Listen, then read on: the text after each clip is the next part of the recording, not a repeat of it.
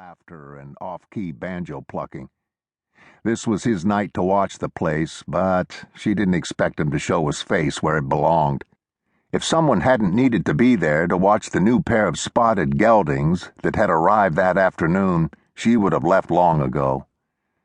"I swear to all above and below I will skin you if you leave me here by myself," Lucy grumbled. Considering how often her brothers were absent and the selection of other companions that were available in Sedley, she'd become quite accustomed to talking to herself. Someone staggered out through the saloon's bat-wing doors.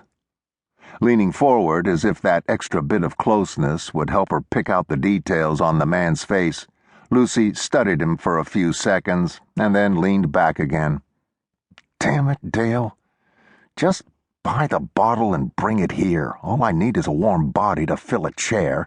If there's one thing you can do right, it's sit." She leaned against the post marking the corner of her lot. The saloons were still a ways off, but it was the best view she could get without leaving the livery unattended.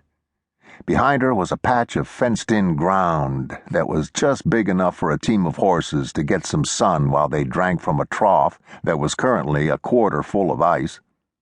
The livery was bigger than the Miles homestead, which was at the back end of the cluster of nearby houses. While Lucy's eyes remained fixed on the saloon, her ears were alert for every little sound to come out of the structure behind her. Hooves clomped against the floorboards. Heavy, snuffing breaths were let out as the animals tried to keep warm. Something creaked.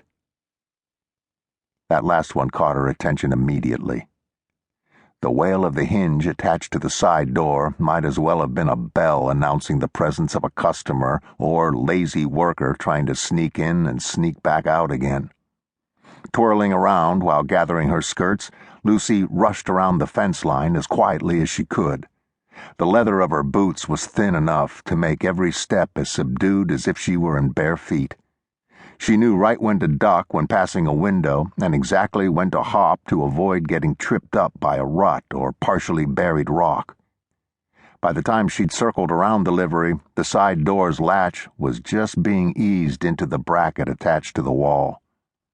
Lucy peeked in through the corner of a square window beside the door.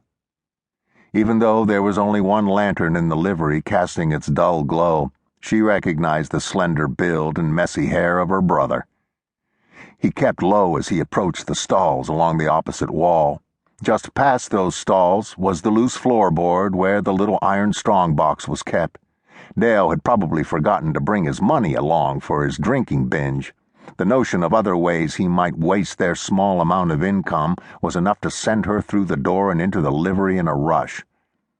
"Dale Abraham Miles," she bellowed while dropping a hand down onto the man's shoulder, "if you think you're sneaking back out just so you can go to that saloon, you're sorely mistaken."